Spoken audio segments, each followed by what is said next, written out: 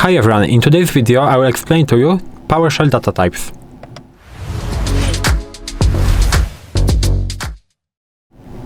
So, as I said before, in this video you will learn the most important PowerShell data types, for example strings, integers and arrays.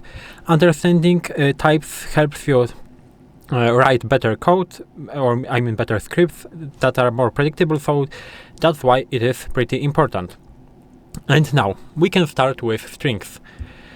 Strings are basically text values. So how can we create a string? We can create something like this. So let's say a $sign and t, because we have to every variable in PowerShell starts with a $sign. So $sign t equals, for example, hello world. I think this is the most, I would say, common example that you can get, because by doing this we are creating a string variable. You can use a single or double quotes. It doesn't really matter. You can use either. For example, I will do something like this. So text equals hello. It is also correct. And you can do, for example, text2 like this, and with the double quotes it is also correct. It doesn't really matter. You can use whatever you want to. Now we will go to integers. So integers are whole numbers. We can do something like this. Again, we have to create a variable, but we have to set a number to it. So for me it will be 10. And you can perform a math operations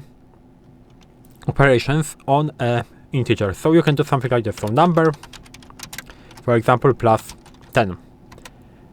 As you can see, it is 20. So it is working.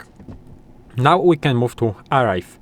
Arrays store multiple values in one variable. So we can do something like this.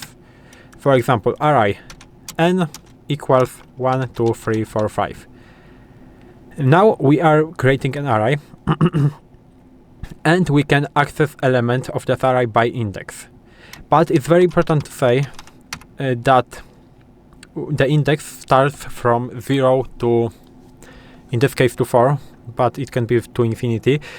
Like in every programming language, you start from 0 if you are creating an array, and you go to 1, 2, 3, to 4. So this one is on index 0, this 2 is on index 1, and this 5 is on index 4. So if I will call from number, I maybe not numbers, but from n, I will call 0. That means that we will print 1. If I will call 4, that means we will print 5. So this is how it works. Of course, we can check the type of our variable. So we can do something like this. So t dot get type, and we have to not type but like this and type. And by doing this we are getting the type of our variables. In this case it is string. We can check, for example, n get type. It is, as you can see, object. In this case it is array, system array. And the last one was number, so we will do number, and again get type like this. And as you can see, this is integer. You can cast variables, so you can do something like this. Let's say, for example, that we have a string that looks like this, but it also can be a variable. So because string can store either letters or either a number. So if we have something like this, we can convert it into a int like this. So this is called typecasting, and we can convert it into a integer, as you can see, like this. And we can do it, I would say, backwards. So for example, we can convert a string that is, for example, 456 into an integer. So this is how you can do it. You can also cast to the array. So you can do something like this, array, and for example some value equals 10.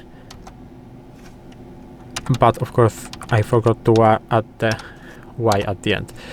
This basically ensures that the value is treated like an array, so you can do, again, maybe we can do this GetType with the value. And as you can see, it is system array, even though it is only the 10. And why types matters? Because it corrects. Correct type basically prevents us from errors and they are making script more predictable, because if you do something like this, as you can see, this is not really predictable, because by doing this we are adding just 5 to a string, so it will be 105, and maybe we would like to do, for example, something like this.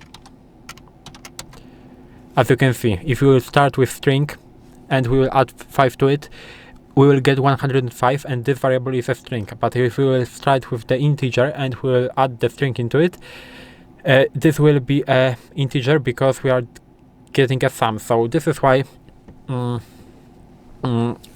types are very important, because by doing just something like this, it is not really predictable and it's very hard to understand for someone who is doing this for the first time. But this is all in this video. If you know how the data types works in PowerShell, you can leave a like, subscribe the channel, and I hope to see you in the next videos.